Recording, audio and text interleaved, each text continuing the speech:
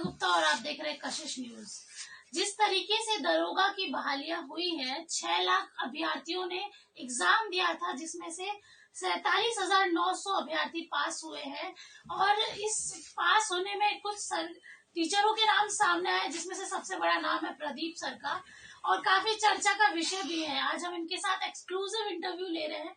आइए जानते हैं इनको कैसा लग रहा है, क्योंकि शिक्षक जो होते हैं स्टूडेंट को मार्गदर्शन देते हैं। जिस तरीके से स्टूडेंट टीचर का और माता पिता का नाम साथ में रोशन करते हैं, काफी गर्व की बात है। आइए जुड़ते हैं सीधा। सर, सबसे पहले आपका स्वागत है। जी जी, बहुत बहुत धन्यवाद। कशिश न्यूज के जितने भी दर्शक हैं सबको जय माता दी। कौटिल्या परिवार की तरफ से तहे दिल से आशीर्वाद, अभिनंदन। तो बहुत अच्छा कशिश न्यूज का ये पहल, क्योंकि जो रिजल्ट आया है बिहार दरोगा का, इसमें कोई दो राय नहीं है कि कौटिल्या जीएस अपने पिछले रिकॉर्ड को बरकरार रखा है। आज देखा जाए ऑनलाइन ऑफलाइन दोनों के माध्यम से परचम लहराए हुए हैं। इतने विकट परिस्थिति में जो एग्जामिनेशन में का क्वेश्चन 15 से 20 क्वेश्चन आउट ऑफ सिलेबस था, फिर भी इतने बेहतरीन तरीके से रिजल्ट आया। क्योंकि रिजल्ट का आने का इतना अच्छा रीजन है कि कटअप ठीक ठाक रहा। कटअप पहले की तुलना में बहुत अच्छा रहा। जैसे हम लोग प्रिडिक्शन किए थे कि 60 तक जाना चाहिए, तो 61.5 बहुत अच्छा कटअप रहा। तो इसलिए इतना अच्छा लड़के और लड़की दोनों अच्छा रिजल्ट लाए। आपके कोचिंग में से टोटल कितने बच्चों का सिलेक्शन हुआ है? ऑनलाइन ऑफलाइन यूट्यूब सब टोटल प्रत्यक्ष और प्रत्यक्ष मिला के हम बतावे जो 47,900 लगभग रिजल्ट हुआ है, तो 15,000 प्लस कौटिल्या परिवार का होगा। हम कौटिल्या जीएस नहीं कहते, हमेशा कहते कौटिल्या परिवार, क्योंकि परिवार करने से एक मातृत्व एक पितृत्व आकर्षण बनता है, और वो आकर्षण ही रंग लाया है। इतना अटूट विश्वास लोगों का रिजल्ट का वरदान साबित हुआ है। कैसा लग रहा है आपको? चूंकि कल रिजल्ट आया, और कल जिस समय रिजल्ट आया उस समय यूट्यूब चैनल जो कौटिल्या जीएस का, उसमें लाइव हम ऑलरेडी टेस्ट सीरीज चला रहे थे। उसी दौरान रिजल्ट आया, तो उस समय से अपने आप को खुशी के मारे समा नहीं रहा है, रोक नहीं रहे, और तब से लगातार लोगों का कारमा आता रहा, मिलते रहे, और बैच भी लॉन्च हो ही गया है। ऑलरेडी बैच भी चल रही थी, तो बहुत अच्छा लग रहा है। हमसे ज्यादा अच्छा उनके रिजल्ट जिनका हो, उनके माता पिता को लगता होगा कि एक परिवार में, समाज में नाम रोशन हुआ है। सर, इसके साथ अभी सरकारी नौकरी बिहार में पाना काफी मुश्किल है। तो जिस तरीके से आप अपनी पढ़ाई के जरिए बच्चों को इतना ज्ञान दे रहे हैं, तो बच्चे जैसे आते हैं आपके पास, कैसे आते हैं? एवरेज वाले आते हैं कि अपने में क्या प्रोग्रेस करते हैं? देखिए, बच्चे जो आते हैं, जो सच्चाई है, इस बिहार की धरती शिक्षा की धरती है। अशोक सम्राट की धरती है, शेरशाह सूरी की धरती है, महात्मा बुद्ध को ज्ञान की प्राप्ति यही हुई थी, महावीर स्वामी की धरती है, महात्मा गांधी भी यहीं से सत्याग्रह आंदोलन शुरुआत किए थे। तो बिहार की मिट्टी में बहुत ताकत है, हम लोग इसको परख नहीं पाते, भाप नहीं पाते हैं।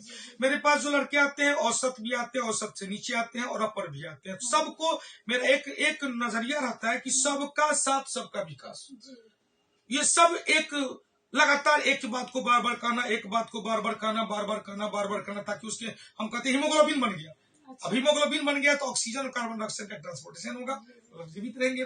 मेरा एक और उद्देश्य है कि विद्वान हम नहीं बनाते। मैं हमेशा कहता हूँ, ऑनलाइन में कहता हूँ, और ऑनलाइन में आने वाले टीचर झूठ नहीं बोलते। जो यूट्यूबर है, यूट्यूब पे डायरेक्ट ईमानदारी से टॉपिक बाई टेस्ट लेते हैं या पढ़ाते हैं, वो झूठ एग्जाम में या मीडिया में आके नहीं बोलते हैं, क्योंकि सब कुछ देखता है, जनता देखता है। तो हम हमेशा कहते हैं कि न हम विद्वान है, न मुझसे जुड़ने वाले लोग विद्वान बनने की कामना करके आ रहे।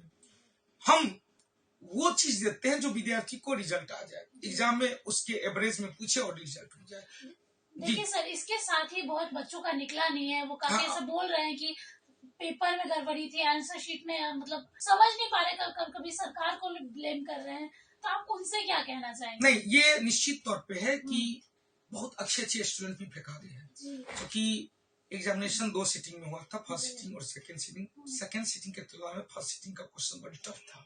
तो जिनका फर्स्ट सीटिंग में था उसमें अधिकांश लोग गड़बड़ाया घिराया है। सेकंड सीटिंग में ओवरऑल बहुत अच्छा क्वेश्चन था।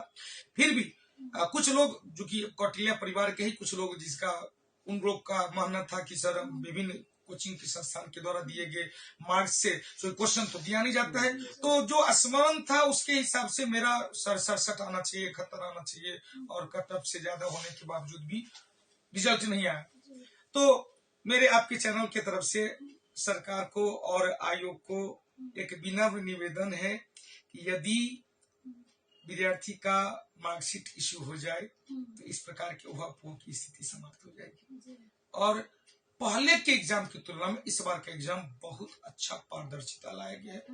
कहीं कोई इधर उधर की न्यूज नहीं आई है।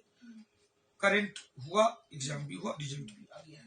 तो सर इसके साथ जैसे कोरोना काल में बड़ी दिक्कत हुई थी स्टूडेंट को भी, टीचर को भी पढ़ाने में, तो आपने उस समय में कैसे मैनेज किया अपनी पढ़ाई को या फिर पढ़ाने के अंदाज को? जी बिल्कुल, आपका प्रश्न बहुत ही अच्छा जायज है। कोरोना काल ने सबसे ज्यादा डैमेज किया शिक्षा जगत को, और सबसे पहले कोचिंग जगत ही बंद होता है, स्कूल कॉलेज बंद होता है, सबसे लास्ट में ही खुलता है। फिर भी चूंकि हम YouTube के माध्यम से ऑलरेडी क्लास ले रहे थे और ऑनलाइन एप्लीकेशन मेरा कौटिल्य GS ऐप ऑलरेडी पहले भी आ चुका था 2019 में ही 2-3 बैच लॉन्च हो चुकी थी।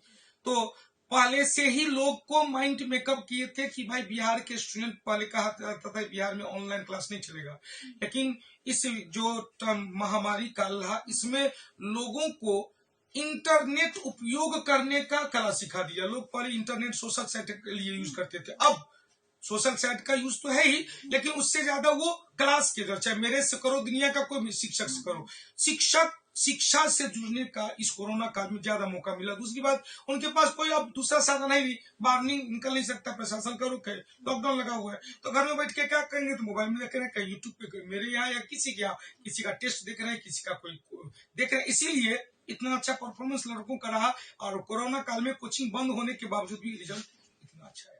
चलिए, आप ये हमारे चैनल के माध्यम से ये बताइए कि अब आपके पास बच्चे क्यों आए पढ़ने के लिए, क्योंकि पटना में बहुत सारे शिक्षक हैं। आपके अंदाज में ऐसा क्या है कि आपकी पढ़ाई में ऐसा क्या कुछ खास है जो बच्चे आए और आपसे सीखे? देखिए, सबका शिक्षक सभी योग्य है। शिक्षक एक ऐसा टाइटल है जो सम्मानजनक है, चाहे हम हो या कोई भी हो। जो जिनसे आपने कुछ सीखा वो आपके लिए सम्मानजनक है, आप उनको इज्जत करें, यह मेरा नम्र निवेदन है सभी छात्रों से। दूसरी बात, सभी शिक्षा का अपना अपना स्टाइल होता है। कुछ शिक्षक ऐसे होते हैं कि टू द पॉइंट पढ़ाते हैं, जैसे हम टू द पॉइंट पढ़ाते हैं। हमने आपसे पहले ही कहा था कि हम विद्वान बनाने के लिए नहीं पढ़ाते हैं, हम टू द पॉइंट पढ़ाते हैं। बेटा, तो यदि बीपीएससी का तैयारी करते हो तो बीपीएससी में ये टॉपिक को पढ़ो, इससे लगातार आता है। पढ़ने के लिए तो ढेर सारा सब्जेक्ट है, ढेर सारा टॉपिक है, इतना पढ़ने के लिए भी 5 साल लग जाएगा, लेकिन टू द पॉइंट। जैसे बिहार दरोगा का मुख्य परीक्षा एग्जाम हो जाएगा मान लीजिए मई में, एक प्रिडिक्शन है मई के फर्स्ट वीक में या मई के में हो जाएगा, चूंकि 30 अप्रैल को बीपीएससी का एग्जाम है, 15 मई को सीडीपीओ का एग्जाम है, तो प्रिडिक्शन किया जा रहा है कि मई में होने की संभावना। 3 महीने का कोर्स है, जो पीटी पास किया वही मुख्य परीक्षा में आएगा, तो जाहिर सी बात है पीटी में उनका एक लेवल बना हुआ है। मुख्य परीक्षा में क्या सिलेबस थोड़ा सा चेंज है, क्योंकि मुख्य परीक्षा में 2 पेपर का है कि हिंदी है, हिंदी कंपलसरी पेपर है, 30% नंबर लाना जरूरी है, और इधर जो सेकंड पेपर है उसमें 75 क्वेश्चन जीके जीएस का, 25 क्वेश्चन मैथ और रीजनिंग करेगा। तो निश्चित तौर पे सिलेबस इलिबरेट किया गया है। सिलेबस इलिबरेशन के साथ साथ चूंकि ऑलरेडी वो पढ़ के आए हुए हैं तो उनको ब्रश अप करने में बहुत आसानी होगी। हीरा ऑलरेडी बने हुए हैं, हीरा को अब क्या होगा, तराशा जाएगा, तराश कर प्रकाश का पूर्णांतिक परावर्तन होगा, और प्रकाश का पूर्णांतिक परावर्तन होने से उसमें चमक आ जाएगी। फिर मुख्य परीक्षा में उनका रिजल्ट हो जाएगा, तब फिजिकल, और फिजिकल पास करते मेरिट लिस्ट आएगा, उसके बाद राजगीर ट्रेनिंग सेंटर में। चलिए सर, इसके साथ तो ये पहला चरण था जो बच्चों ने पास किया है, दूसरे चरण के लिए वो कैसे तैयारी? हाँ, अभी दूसरे चरण की सिलेबस हमने चर्चा किया था। दूसरे चरण में 2 पेपर का एग्जाम होता है, 100 जीके जीएस, मैथ रीजनिंग, जो सेकंड पेपर का लाता है 100 हिंदी का। तो उसमें हिंदी क्या है, कंपलसरी पेपर है, 30% 2 नंबर के क्वेश्चन होते हैं, 30% नंबर लाना जरूरी है। जब हिंदी में 30% नंबर लाते हो तभी सेकंड पेपर का आपका चेक होगा, नहीं तो नहीं होगा चेक। क्योंकि बिहार के एग्जाम है हिंदी भाषी क्षेत्र होने के कारण हिंदी में लोग कम फेल होते हैं, लेकिन फिर भी फेल होते हैं, इसलिए हिंदी को भी बेटा इग्नोर नहीं करना, देखते रहना। दूसरी बात, जो सेकंड पेपर है उसमें 75 question GK GS, 15 question reasoning है और 10 क्वेश्चन मैथ है।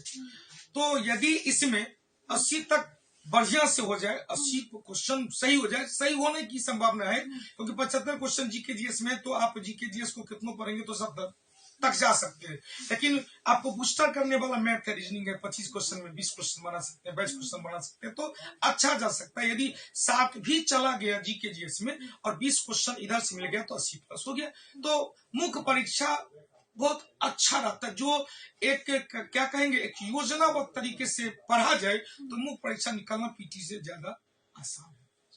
तो आपने देखा किस तरीके से सर ने बताया कि कैसे आगे की तैयारी करें, इसके साथ ही अपने उज्जवल भविष्य के बारे में भी सोचे।